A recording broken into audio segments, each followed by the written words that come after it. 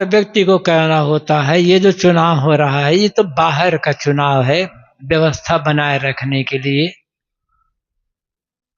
लेकिन हमें या हर व्यक्ति को अपने जीवन में चुनाव की आवश्यकता है।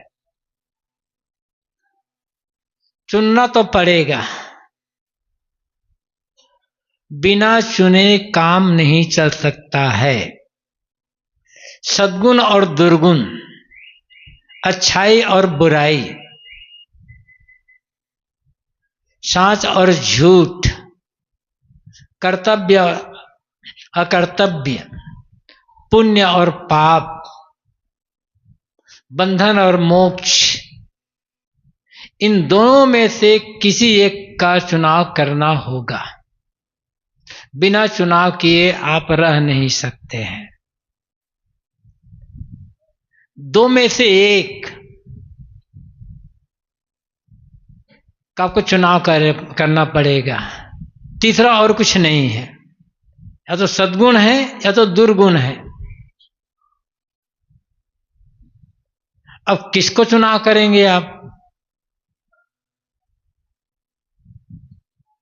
सोचना होगा।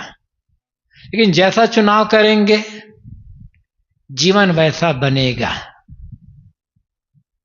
एक कविता है, यहां नेकी बदी दो रास्ते हैं, गौर से तुम सुन लो। तुम्हें चलना है जिस मार्ग पर, अपना मार्ग चुन लो। मगर चुनने के पहले सोच लो, अंजाम क्या होगा। भलाई कर भला होगा, बुराई कर बुरा होगा।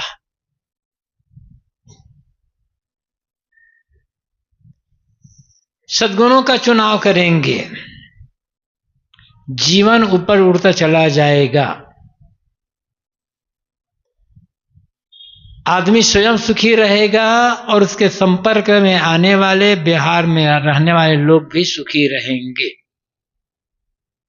दुर्गुणों का चुनाव करते हैं, जीवन अपना स्वयं का जीवन दुखमय होगा और संपर्क में आने वाले रहने वाले लोगों का जीवन भी दुखमय हो जाएगा।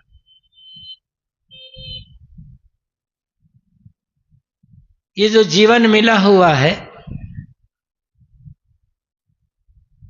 अनमोल जीवन कहा गया है और हमें प्राप्त है।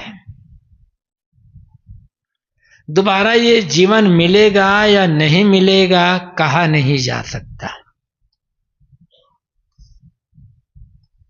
और मान लो दोबारा जीवन मिल भी जाए तो क्या हमें स्वस्थ शरीर मिलेगा। देखते हैं कि अनेक लोग बचपन से बीमार रहते हैं, गंभीर बीमारी होती है उनको।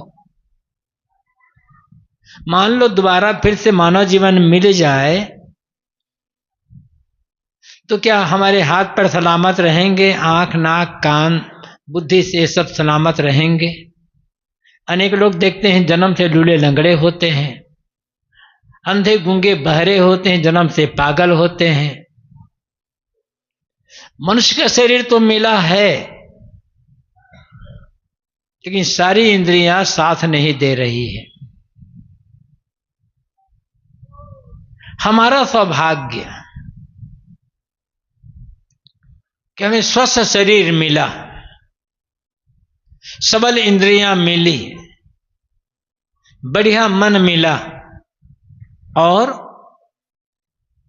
सोचने विचारने के लिए, निर्णय करने के लिए अच्छी बुद्धि भी मिली। बुद्धि कम है या ज्यादा है ये चिंता मत करो, जितनी बुद्धि है उतनी बुद्धि पर्याप्त है। जितना है उतने का सही उपयोग कर लें। होता क्या है, जो हमारे पास रहता है हम उसका मूल्य समझ नहीं पाते हैं। जो हमारे पास नहीं रहता हमारी दृष्टि उधर लगी रहती है, हमारा मन उधर दौड़ता रहता है। और एक नियम है कि जो आदमी उसे जो भी मिला हुआ है, कुछ भी कह लो, उसे जो भी मिला हुआ है उसका सदुपयोग न करके जो नहीं मिला है उसके बारे में सोचता रहता है, वह आदमी जिंदगी में कभी सुखी नहीं हो सकता, भले ही वो अरबपति और खरबपति हो जाए, भले ही वह माने के स्वर्ग में चला जाए। सुखी होने का रास्ता क्या है? जो मिला हुआ है उसका भरपूर सदुपयोग करें और उसका आनंद लें, और फिर मेहनत करते चले जाएं। जब जिसकी आवश्यकता होगी वह चीज आपको मिलती चली जाएगी। ललचाएं ना। ललचाने का अर्थ होता है अपने को बेच देना, अपने को छोटा बना लेना। कोई आदमी अपने को छोटा और गुलाम कहलाना पसंद नहीं करता है। आदमी को गुलाम होना भी नहीं चाहिए। हमारा देश राजनीतिक रूप में सैकड़ों वर्षों तक गुलाम रहा। उस गुलामी से हमारे देश को छुड़ाने के लिए कितने कितने लोगों ने अपनी कुर्बानी दे दी, कितने लोग शहीद हो गए, और उनकी तपस्या, उनकी शहादत, उनकी कुर्बानी के फलस्वरूप हमें राजनैतिक आजादी तो मिली। और जब से राजनीतिक आजादी मिली है तब से हमारा देश उत्तरोत्तर आगे बढ़ता चला जा रहा है भौतिक समृद्धि की दृष्टि से। लेकिन क्या मानसिक आजादी मिली है? क्या आप मानसिक रूप से स्वतंत्र है? राजनीतिक आजादी मिलने मात्र से कोई आदमी सही अर्थों में सुखी और शांत जीवन नहीं जी सकता है। सुखी शांत जीवन वही जी सकता है जो मानसिक रूप से आजाद हो। और मानसिक रूप से आजाद होने का अर्थ क्या होता है?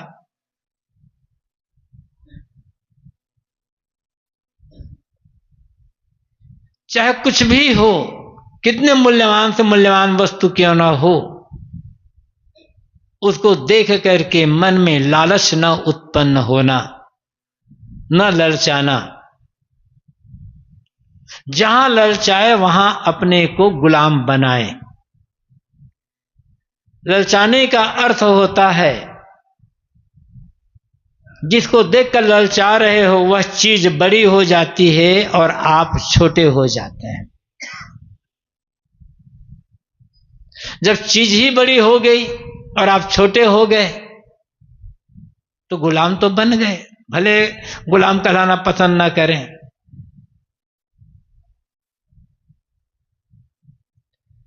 सही अर्थों में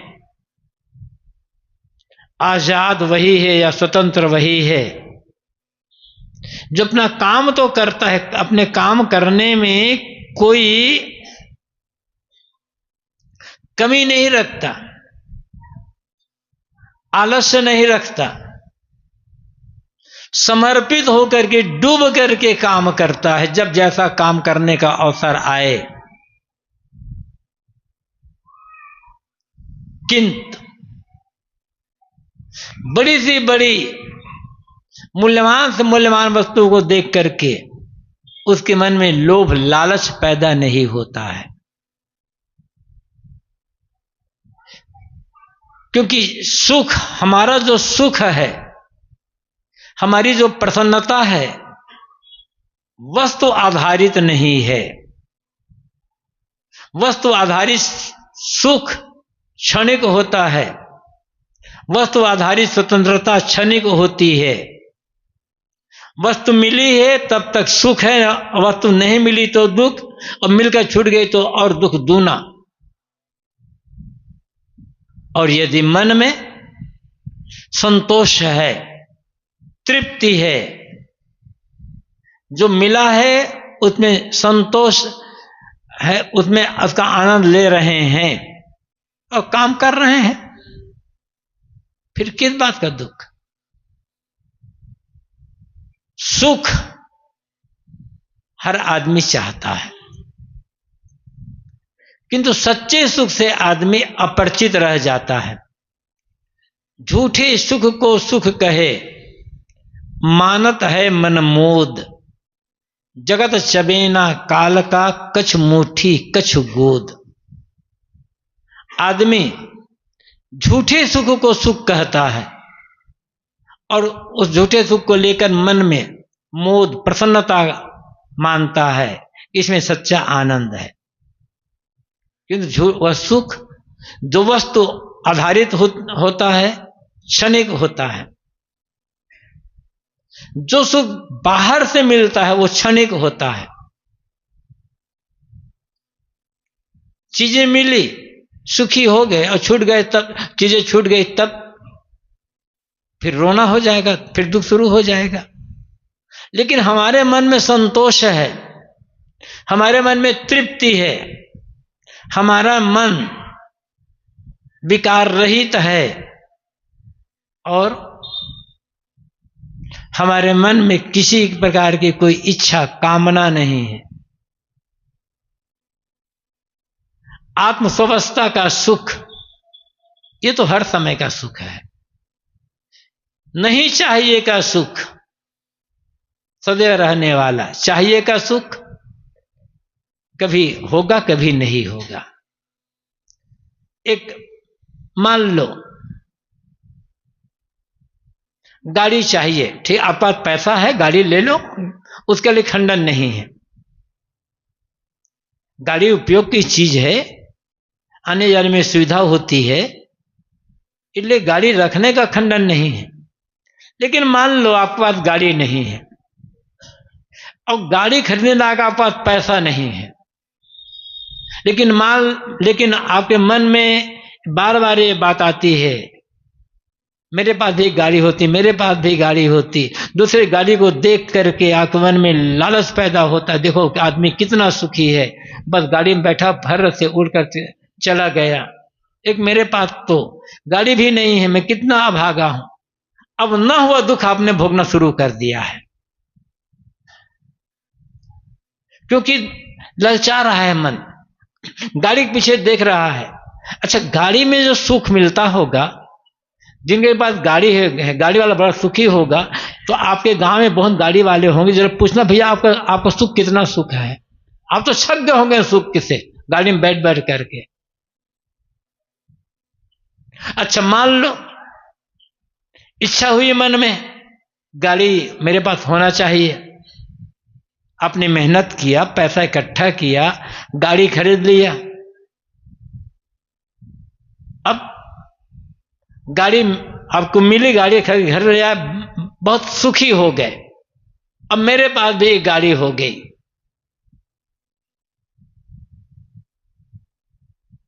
अब हमेशा गाड़ी का ध्यान। कोई एक बच्चा भी गाड़ी पास जाकर खड़ा हो जाएगा ना, डांट कर भगाओगे, देखो हमारी गाड़ी को गंदी कर दोगे, सुने नहीं देखो, बड़ी चिंता शुरू हो जाएगी। अब और गाड़ी के एक्सीडेंट हो गया, तब एक्सीडेंट में होगा ना, तो दुख शुरू हो गया। बिगड़ गई तब दुख शुरू हो गया। गाड़ी का खंडन मैं नहीं कर रहा हूं, पैसा है गाड़ी रखो, लेकिन गाड़ी में सुख मिल जाएगा एक भ्रम है। यदि मन अच्छा है, मन में संतोष है, तृप्ति है, तो गाड़ी में भी सुख और बिना गाड़ी के भी सुख।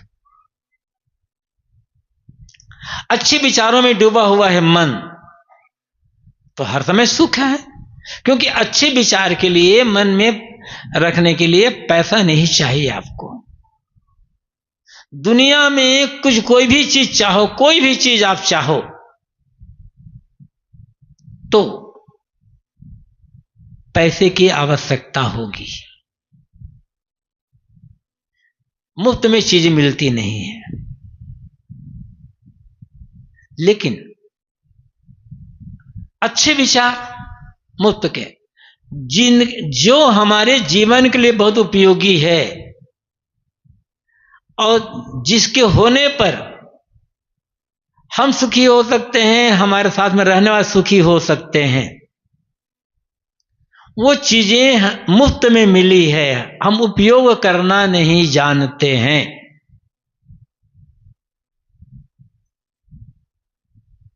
दो तीन बातें मुफ्त की है। यदि ये तीनों को हम अपने पास बनाकर रख सकें, समझ चाहिए, निश्चय चाहिए, अभ्यास चाहिए, तभी तीनों चीजें हमारे पास रह सकती है। और जिसके पास ये तीन चीजें हैं ना, वो आदमी हमेशा सुखी रहेगा, उसे कोई दुखी नहीं कर सकता है। वो कौन चीजें हैं जो मुफ्त में मिली हुई है और हर आदमी को मिली हुई है वो चीज। जितना एक अरबपति को चीज मिली हुई है, उतना एक बिल्कुल भिखारी को और मजदूर को भी चीज मिली हुई है। जितना वो चीज बड़े बड़े विद्वानों को मिली है, उतना अनपढ़ को भी मिली है। सबसे पहले क्या है? सबसे पहले आवश्यक, यदि बाहरी कलह से, द्वंद्व से, लड़ाई से, झगड़ा से, बैर विरोध से बचना चाहते हैं तो सबसे पहले आवश्यक हमारे पास बोलने की शक्ति है ना आदमी के पास।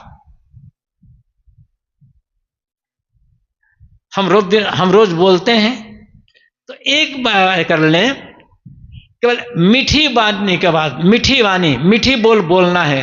खर्चा कितना लग जाएगा? कितना खर्चा लगेगा मीठा बोलने में?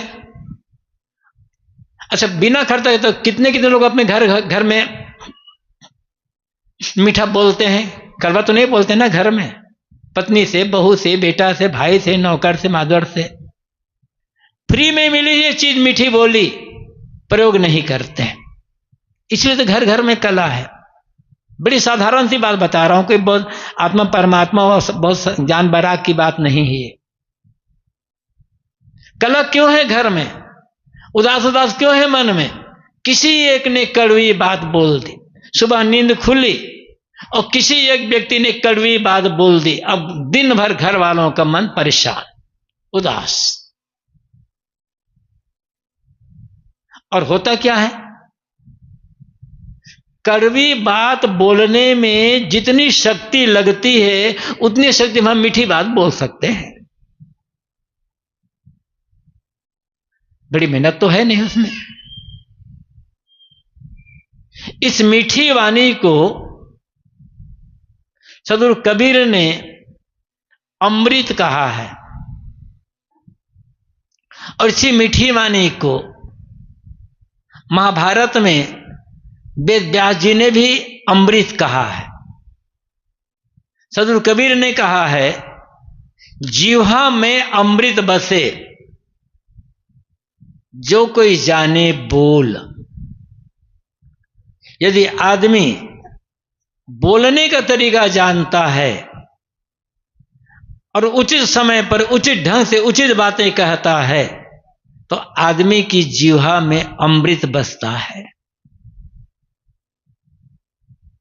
और न जाने तब तो हलाहल जहर निकलता रहता है। हम जहर निकालना जानते हैं,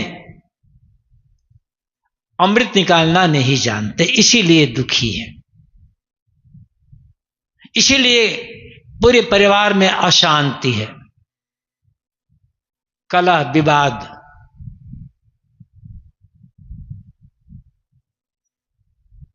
ये महाभारत का उदाहरण सब जानते हैं। कहावत यही है, द्रौपदी ने कहा था दुर्योधन को, अंधे के अंधे होते हैं। परिणाम क्या हुआ? कौरव और पांडव कुल का विनाश। लेकिन एक बात अभी बता दूं, पूरे महाभारत में देख लो पढ़ करके, द्रौपदी ने कहीं नहीं कहा है कि अंधे के अंधे होते हैं। वहां तो द्रौपदी थी ही नहीं जिस समय दुर्योधन का मजाक उड़ाया गया। भीम, अर्जुन, नकुल, सहदेव, इन चारों भाइयों ने मजाक उड़ाया है दुर्योधन का। द्रौपदी तो थी ही नहीं बेचारी, अब बदनाम होगी द्रौपदी। जब वो यज्ञ भवन बनाया गया था, वहां की ऐसी रचना थी कि जहां पानी भरा होता था वहां जमीन दिखाई पड़ती थी, जहां सूखी जमीन होती थी वहां पानी भरा हुआ दिखाई पड़ता था। जो दरवाजा खुला हुआ होता था लगता था कि बंद है, और जो दरवाजा बंद होता था रहता था उसे लगता था खुला हुआ है। उसी में दुर्योधन धोखा खा गए। खुले दरवाजे, जो दरवाजा खुला था लगता था बंद, तो वहां जाकर दुर्योधन उसे खोलने का प्रयास करने लग गए। जो दरवाजा खुला था वो बंद से वहां जाकर टकरा गए। तो मजाक उड़ाया है भीम, अर्जुन, नकुल और सहदेव, इन चारों भाइयों ने। उनका मजाक उड़ाते देखकर युधिष्ठिर ने रोका, तुम्हारे बड़ा भाई हैं और फिर तुम्हारा मेहमान, अपने बड़े भाई और मेहमान का ऐसा मजाक उड़ाना उचित नहीं है। कृष्ण ने और आग लगा दिया, सही तो कह रहे हैं। आप महाभारत सभा पर पढ़कर देखिएगा, जहां पर ये बात आई वहां पर बात में ही कह रहा था, एक मजाक उड़ाया गया, परिणाम क्या हुआ? तो बात है कि एक मीठी वाणी, कड़वी वाणी और मीठी वाणी दोनों में हमें किसी एक का चुनाव तो करना होगा ना। अपने लिए क्या चाहते हैं सोच लेना होगा। तो सदगुरु कबीर कहते हैं, जिह्वा में अमृत बसे जो कोई जाने बोल, विश्वास की का उतरे जिह्वा तने हिलोल। सांप का काटा हुआ जहर दवाई आदि के द्वारा निकाला जा सकता है, किंतु वाणी के द्वारा जो घाव बन गया है, बातों द्वारा जो हृदय में घाव बन गया है, वो घाव का दूर होना बड़ा मुश्किल होता है। जिंदगी भर वो घाव आदमी को पीड़ित करता रहता है। तो पहले सुखी जीवन के लिए अत्यंत आवश्यक मीठी वाणी का प्रयोग। दूसरी बात, अच्छा सोचना। हम मनुष्य हैं, हमारे पास सोचने की शक्ति है, हम सोचते तो हैं। हर आदमी हर समय सोचता रहता है। सोचना तभी बंद होता है जब गाढ़ी नींद लग जाती है, तब। सपना में भी आदमी सोचता है और जाते जाते आदमी सोचता ही है, लेकिन जो सोचना चाहिए वो आदमी नहीं सोच पाता।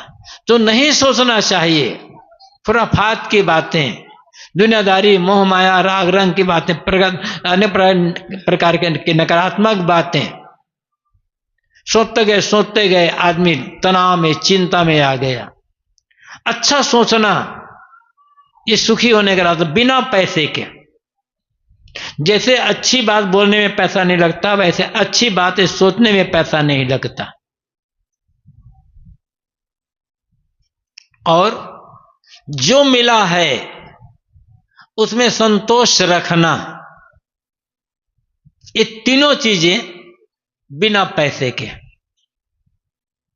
और जिसके पास ये है वो सुखी आदमी है, चाहे वो अरबपति हो चाहे वह गरीब हो।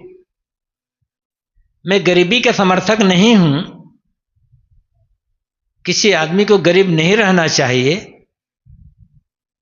लेकिन सुखी जीवन के लिए गरीबी और अमीरी ये कसौटी या पहचान नहीं है। पहचान है अच्छी वाणी, अच्छे विचार, मन में संतोष, और उसके साथ जोड़ना चाहते जोड़ सकते हैं। जिनके साथ रहते हैं उनके साथ प्रेम सेवा पूर्वक सुंदर व्यवहार, ये सब मुफ्त में मिल जाते हैं। अब इसके बाद यदि ये चारों है, मीठी वाणी है, मीठा व्यवहार है, संतोष है और अच्छे विचार है, तब आध्यात्मिक प्रगति हम कर सकेंगे, तब आत्मा परमात्मा को हम समझ सकेंगे। क्योंकि इन चारों के व्यवहार से हमारा अंतःकरण शुद्ध होगा। जिस आदमी का मन असंतुष्ट है और की चाहना में जब आदमी का मन पड़ा हुआ है, उसका चित्त कभी निर्मल हो ही नहीं सकता। और जब चित्त ही निर्मल नहीं, चित्त मलिन बना हुआ है, तब कहां आत्मज्ञान की बात, कहां ध्यान साधना की बात, और कहां परमानंद परम शांति की बात। और आदमी का मन थोड़े थोड़े में बिगड़ता रहता है, थोड़े थोड़े में मलिन होता रहता है। ये कमजोरी है। भक्ति, भजन, पूजा, सत्संग, ध्यान, साधना, इस सब का परिणाम होना चाहिए मन की प्रसन्नता, मन की निर्मलता। क्यों भक्ति कर रहे हो?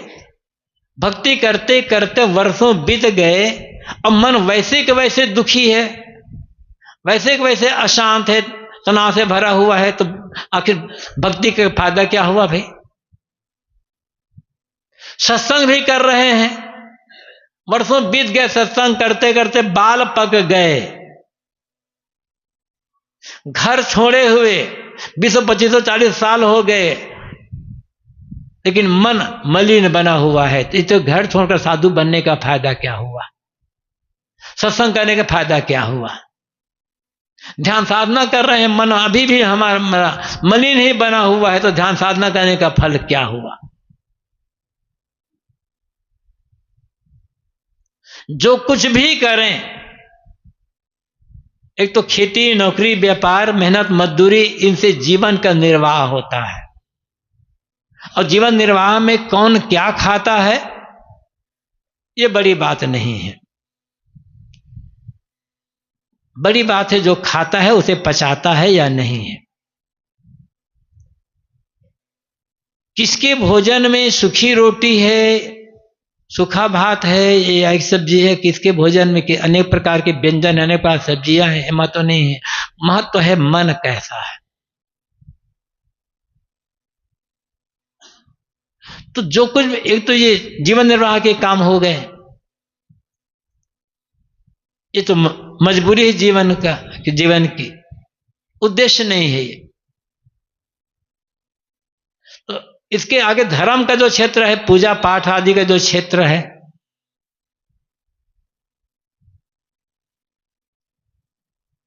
वो जो सब कहते, पूजा करो, पाठ करो, नाम जपो, माला फेरो, कीर्तन करो, अखंड पाठ करो, अखंड जागरण कर लो, सत्संग करो, भक्ति करो, ध्यान साधना करो, ये सब का फल क्या? इस सब का फल मन की निर्मलता और मन की प्रसन्नता। यदि आपका मन निर्मल है, मन में कोई मलिनता नहीं है, मन में कोई गंदगी नहीं है, तो आप इस सकरी गांव का सामने जो तालाब है ना, उसमें स्नान कर रहे हैं, समझ लो आपने कुंभ स्नान कर लिया संगम का। और मन में गंदगी है, और जा रहे हो प्रयागराज संगम को स्नान करने, वहां डुबकी, गंगा में डुबकी लगा रहे हो तो भी कोई फल मिलने वाला आपको है नहीं। धोखे में मत रहना कि हम संगम चले जाएंगे, कुंभ में है वहां नहाएंगे तो अमृत स्नान हो जाएगा, सब कुछ रिद्धि सिद्धि मिल जाएगी। केवल झूठा प्रचार है ये। नहाओ, जिनको पास पैसा है गंगा जाते हो जा, ना हम उसका खंडन नहीं कर रहे हैं, लेकिन गंगा नहाने के बाद भी मन वैसे के वैसे मलिन है। गंगा नहाने के बाद वही वासना है, वही क्रोध, वही लोभ मोह, वही ईर्षा द्वेष, वही छल कपट, तो गंगा नहाने का फायदा क्या हुआ? और मन निर्मल है, एक छोटे से तलैया में नहा लिए तो घाटा क्या हो गया? असली कुंभ स्नान ये जो निर्मल मन का होना है। तो धर्म के क्षेत्र में हम जो कुछ भी कर रहे हैं सबका फल है मन का प्रसन्न और निर्मल होना। और मन जब प्रसन्न होता है तब आत्म साक्षात्कार होता है, आत्म दर्शन होता है, कह सकते हो। मन प्रसन्न कब होगा? जब निर्मल होगा, पवित्र होगा, अच्छे विचार में डूबा होगा तब। मलिन मन कभी सब समय पूरा का पूरा प्रसन्न हो नहीं सकता है। मना प्रसादे परमात्म दर्शनम कहा गया है, गीता में भी कहा गया है मना प्रसादे सौम्यत्यम। मना प्रसादे, मन के प्रसाद होने पर परमात्म दर्शनम, परमात्मा के दर्शन होते हैं। तो मन का प्रसाद होना क्या है? प्रसाद के कई अर्थ होते हैं। एक तो प्रसाद जो बालो बांटते हो, कथा कीर्तन होने पर अंतिम में जो बांटा जाता है, कुछ फल, कुछ मिठाई या कुछ भी जो बांटा जाता है उसे प्रसाद कहा जाता है। प्रसाद का अर्थ होता है कृपा। गुरु प्रसाद मतलब गुरु की कृपा। तो प्रसाद का अर्थ कृपा होता है। प्रसाद का अर्थ होता है प्रसन्नता, और प्रसाद का अर्थ होता है पवित्रता। तो यहां कहा गया मना प्रसादे, मन के प्रसाद हो जाने पर, अर्थात मन के निर्मल होने पर, और निर्मल मन ही प्रसन्न रहेगा। परमात्मा दर्शनम, परमात्मा दर्शन होता। कबीर साहब की साखी याद होगी। अभी जो मैं कह रहा हूं श्लोक का अंश, ये विवेक चूड़ामणि का है, स्वामी शंकराचार्य का।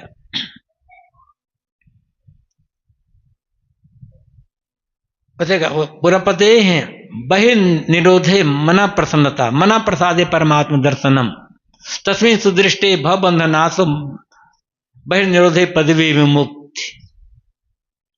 तो कबीर साहब की साखी याद होगी आप लोगों को। यह मन तो निर्मल भया जैसे गंगा नीर, पीछे पीछे हरि फिरे कहत कबीर कबीर। जिसका मन निर्मल है उसे परमात्मा खोजना नहीं पड़ता, किंतु उसके पीछे पीछे परमात्मा खुद घूमता है उसकी सेवा करने के लिए। ये कहने के तरीके हैं। अर्थ है जब मन पूरी तरह से निर्मल हो गया तो आत्मा साक्षात्कार हो गया, और आत्मा साक्षात्कार होना ही परमात्मा दर्शन होना, परमात्मा साक्षात्कार होना है। विवेक चूड़ामणि में स्वामी शंकराचार्य ने कहीं बाहरी भगवान के दर्शन करने की बात नहीं बताई है। आत्म साक्षात्कार को ही उन्होंने परमात्मा साक्षात्कार कहा है, और अनेक जगह उन्होंने आत्मा को ही परमात्मा कहा गया है। और सोता आत्मा और परमात्मा अलग अलग है नहीं, दोनों एक ही है, बस एक डिग्री है, एक अवस्था है। बिल्कुल सरल उदाहरण से आप समझ लो, जैसे एक बच्चा है, अपने पिता का वह पुत्र है, अभी पुत्र कहलाता है वह। कहता मैं अमुक का बेटा हूं, ठीक है। वो बच्चा बड़ा हो गया, उसकी शादी हो गई, कुछ दिन साल 2 साल 50 उसका बेटा हो गया, तब क्या कहेगा मैं अमुक का बाप हूं। पहले क्या कह रहा था, मैं अमुक का बेटा हूं, और अब क्या कह रहा है, मैं अमुक का बाप हूं। बदल गया क्या? उसे क्या बदला? वो तो जो का त्यों ही है, केवल एक स्थिति बदली। ऐसे ही जब तक ये जो जीव है चेतन राग रंग मोह माया दुनियादारी में डूबा हुआ है आसक्त होकर, तब तक इसे आत्मा कहा जाता है। और जब ये दुनियादारी राग रंग को छोड़ करके ऊपर उठ गया, प्रकृति के बंधनों से छूट गया, अपने आप को छुड़ा लिया विवेक वैराग की साधना द्वारा, कोई बंधन नहीं रहा, पूर्ण शुद्ध की अवस्था है, उस अवस्था का नाम है परमात्मा।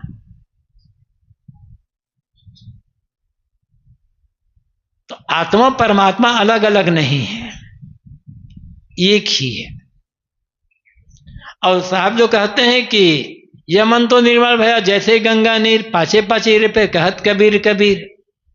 मन जब निर्मल हो गया तो हर समय हरि दर्शन, देखो सामने हमारे हरि तो परमात्मा ही तो बैठे हैं। इसी के लिए सदगुरु कबीर ने कहा है ना, आंख न मूंदो कान न रूंधो काया कष्ट न धारो, खुले नयन हंसी हंसी पहचानो सुंदर रूप निहारो। ये सगुण परमात्मा, इससे बड़ा सगुण परमात्मा आपको कहीं नहीं मिलेगा। ये जो मनुष्य हैं, ये जो प्राणी हैं, इनसे बढ़ करके सगुण परमात्मा आपको दुनिया में कहीं मिलने वाला है नहीं। सगुण का मतलब होता है जिसमें गुण हो, जो आता हो जाता हो, चलता फिरता हो, काम धंधा करता हो, खाता पीता हो, बात व्यवहार करता हो, बोलता चालता हो, प्रणाम करो तो आशीर्वाद देता हो, कुछ पूछो तो कुछ उत्तर देता हो, कभी समय से सीने से लगा लेता हो, कभी गले गाल में चाटा दे देता हो, कभी प्रेम करता हो, कभी क्रोध करता हो। ऐसा गुण जिसमें है वो सगुण परमात्मा है। अब वो ऐसा गुण किसमें है? ये प्राणियों में है, मनुष्यों में है। और जिसे आप सगुण परमात्मा कहते हो उसमें तो कोई गुण नहीं है, ये लोग निर्गुण है। तो अर्थ है मन जब निर्मल है, मन प्रसादे परमात्मा दर्शन की बात चल रही है ना, तो मन के प्रसाद हो जाने पर, मन के निर्मल हो जाने पर परमात्मा के दर्शन होते हैं। दर्शन एक कहने का तरीका है, अनुभव। मैं चेतन जीव हूं, ये हम जबान से कहते हैं, ये हमारा जबानी ज्ञान है, अनुभविक ज्ञान नहीं है। सुन लिए संतों से, पढ़ लिए पुस्तकों में, याद कर लिए और कह देते हैं कि मैं शरीर नहीं हूं। शरीर तो मिट्टी पानी आग हवा से बना हुआ ढांचा है, एक जड़ तत्वों का साज है। मैं तो शरीर में रहते हुए शरीर से अलग चेतन जीव हूं। ये हमारा जबानी ज्ञान है, और इस ज्ञान से न दुख मिले, न तो दुख कटेगा और न मोक्ष मिलेगा। ठीक है, कहते हैं भाई कि मैं शरीर नहीं हूं,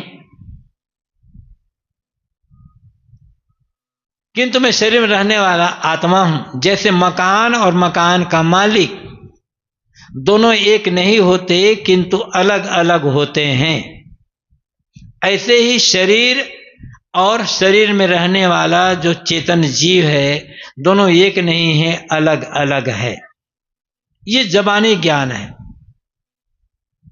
ऐसा जानने से कोई ज्ञानी नहीं होगा। पहचान क्या है? हम कह तो रहे हैं ना कि मैं शरीर नहीं हूं, मैं तो शुद्ध चेतन जीव हूं, और जब शरीर का कोई नाम रखा गया है, इस नाम को लेकर किसी ने थोड़ी बुराई कर दी, निंदा कर दी, दुखी हो गए, तो कहा गया तो आप भाई आप तो शरीर नहीं हो ना, आप तो आत्मा है, जी कुछ बुराई होती नहीं है। बुराई तो शरीर का जो नाम रखा गया है उसकी हो रही है, तो फिर दुखी क्यों हो रहे हो?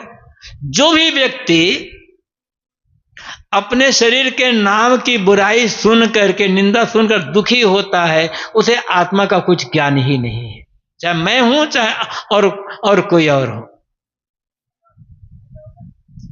यदि मन को साधते साधते, मन को बस में करते करते मन ऐसा सध गया, मन अपने बस में हो गया कि सामने ही कोई बुराई कर रहा हो,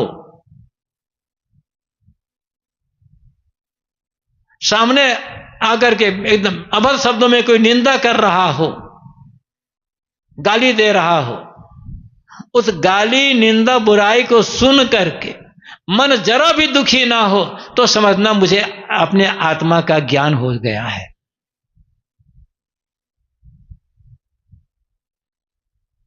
हाँ, सचमुच में मैं मानता हूं कि मैं शरीर नहीं आत्मा हूं, क्योंकि गाली शरीर की होती है। स्वामी रामतीर्थ मस्त मौला संत, अद्भुत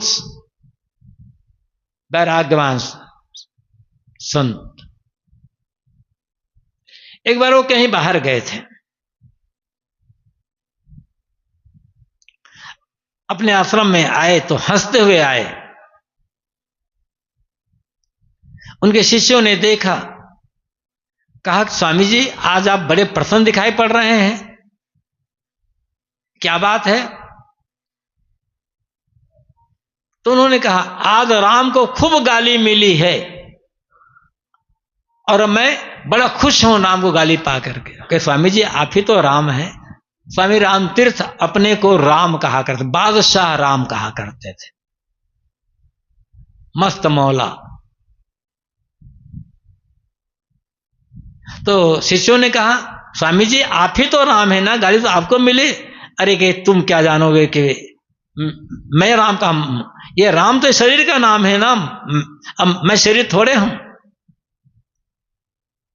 ऐसा जब बोध हो जाए ना, तब ज्ञान है, तब ये साधनों को चाहिए, तब कल्याण में कोई बाधा नहीं है। और आज हो चाहे कल, इसी दशा में हमें पहुंचने की आवश्यकता है। ये दशा एकाएक नहीं आएगी, धीरे धीरे करते करते ही आएगी।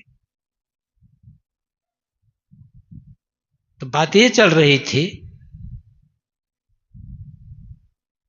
कि मन कैसा है, मन का प्रसाद होने का मतलब क्या है? जब किसी भी प्रकार की हलचल मन में ना होने पाए, किसी बात को लेकर मन में दुख ना होने पाए, तब मन प्रसाद हुआ। मन अर्थात प्रसन्न और निर्मल रहेगा। हाँ, जब मन निर्मल रहेगा तब दुख नहीं हो पाएगा। अब चुनाव हमें करना है, मन को मलिन बना करके रखना है या निर्मल बना कर रखना है। हमारे शरीर को कोई मैला कर सकता है। कोई आदमी आया, शरीर में एक टोकरी घास डाल दिया, एक टोकरी धूल डाल दिया, एक टोकरी कीचड़ डाल दिया, कोई गोबर लाकर शरीर में उड़ेल दिया, तो हमारा शरीर, दूसरा आदमी, दूसरे लोग हमारे शरीर को गंदा कर सकते हैं। किंतु यदि हम सावधान हैं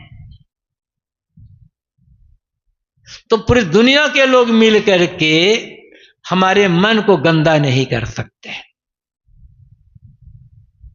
हमारे मन को गंदा करने वाले हम खुद हैं। यदि किसी का भी मन गंदा है और किसी का भी मन दुखी है, तो इसका जिम्मेदार वो व्यक्ति खुद है। क्योंकि मन गंदा होगा तभी दुखी होगा। चीजें आएंगी जाएंगी, लोग मिलेंगे बिछुड़ेंगे, सब होता रहेगा, बड़ी बड़ी घटनाएं होंगी, घटनाओं को रोका नहीं जा सकता, लेकिन सभी स्थितियों में सम शांत रहना। सुखे दुखे समौ कृत्वा, ये गीता में कहा गया है। सुख और दुख में समभाव में रहना। दुखेषु अनुद्विग्न मना सुखेषु विगते स्पृहा कहा गया है। दुख में अनुद्विग्न होना, मन का उद्विग्न न होना, अनुद्विग्न होना, उद्वेग रहित रहना। निंदा में, प्रतिकूलता में, दुख में, घाटा में मन का उद्वेग रहित रहना, शांत रहना। सुख की स्पृहा ना करना, यह है वास्तविक ज्ञान। और सच्चा सुख यहीं पर मिलेगा। तो चुनाव तो करना है हर व्यक्ति को, या तो सुख का चुनाव करे या तो दुख का चुनाव करे। और मन दुखी है तो मतलब समझ लेना मैंने कहीं ना कहीं चुनाव गलत किया है। हर व्यक्ति के लिए, मेरे लिए, आपके लिए, दूसरों के लिए, तीसरे के लिए, हर व्यक्ति के लिए। मन मलिन है, मन यदि तनाव में भरा हुआ है, मन चिंता में डूबा हुआ है, तो समझ लेना होगा कि मैंने चुनाव गलत किया है। इसलिए गलत चुनाव ना करें, चुनाव करना ही है। सुख का चुनाव करें, सद्गुणों का चुनाव करें, सदाचार का चुनाव करें, ज्ञान का चुनाव करें, सत्य का चुनाव करें, सेवा का चुनाव करें। ये चुनाव करते चले जाए। मतलब जो अच्छी चीजें हैं, बाहर की नहीं। बाहर चीजें तो अच्छी बुरी मन की मान्यता के अनुकूल होती है। बाहर चीजें तो जैसी है वैसी है, न वो अच्छी है न बुरी है। बाहर चीज में सुख न सुख है न दुख है। हमारी आवश्यकता जिस समय जिस चीज की होती है, वह चीज उस समय जब हमें पर्याप्त मात्रा में मिल जाती है, तब उस चीज में हमें सुख का अनुभव होता है। और यदि आवश्यकता नहीं है, वो चीज मिल भी जाए तो वो चीज बोझ बन जाती है। समझ लो उदाहरण से, अभी बहुत दिन नहीं हुआ है, ठंड का मौसम था। 15-20 दिन पहले अच्छी ठंड चल रही थी। इस समय तो ठंड खत्म हो चुकी है। तो 15-20 दिन पहले या 25 दिन पहले अच्छी ठंड थी।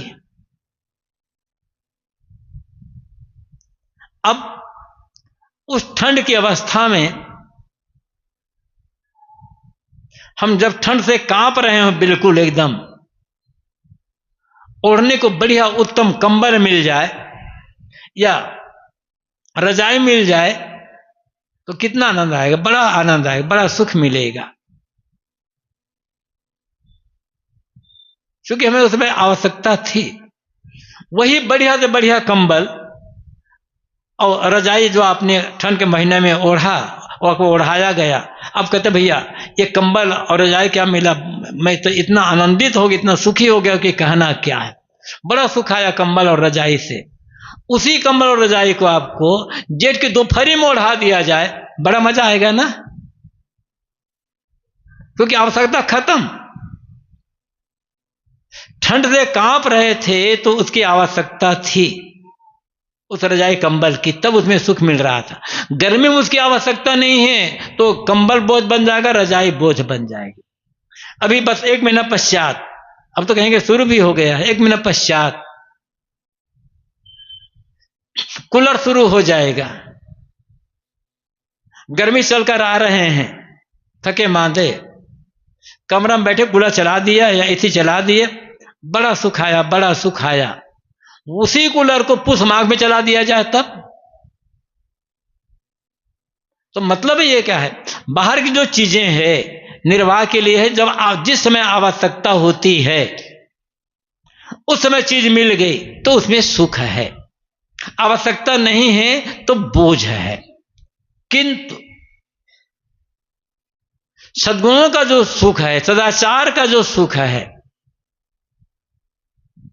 अच्छे विचारों का जो सुख है, अच्छी वाणी का जो सुख है, मन की निर्मलता का जो सुख है, चाहे वो ठंडी हो तो, गर्मी हो तो, सुबह हो तो, शाम हो तो, वो सुख स्थायी सुख है। इसलिए जो भी लोग धर्म भक्ति के मार्ग में लगे हैं या जो नहीं लगे हैं, हर व्यक्ति के लिए आवश्यक है किसी भी प्रकार से, किसी भी बात को लेकर, किसी दशा में अपने मन को गंदा ना होने दें, अपने व्यवहार को गंदा ना होने दें।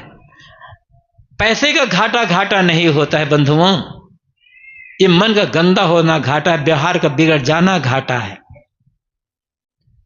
पैसे का घाटा उठा करके भी व्यवहार की मधुरता बना करके रखें, और बड़ा घाटा उठा करके भी मन को निर्मल बना करके रखें। जहां आप रहेंगे, जिस हाल में रहेंगे, सच्चे सुख का अनुभव कर सकेंगे। और व्यवहार को मधुर बनाकर रखना, मन को अच्छे विचारों में लगाकर निर्मल बनाकर रखना, इसमें कोई खर्च नहीं है, एक भी पैसा नहीं मिलने वाला। इसलिए मैंने कहा था कि हम सुख से जीने के लिए जो चाहिए उसमें पैसा नहीं लगता है, ये बिना पैसे के है। हमें यही काम करना है। उसी बात सीखने के लिए सत्संग, भक्ति और सेवा साधना की आवश्यकता होती है। समय पूरा हो चुका है, अपनी वाणी को इस समय यहीं पर विराम देता हूं। बोलिए सद्गुरु देव की जय।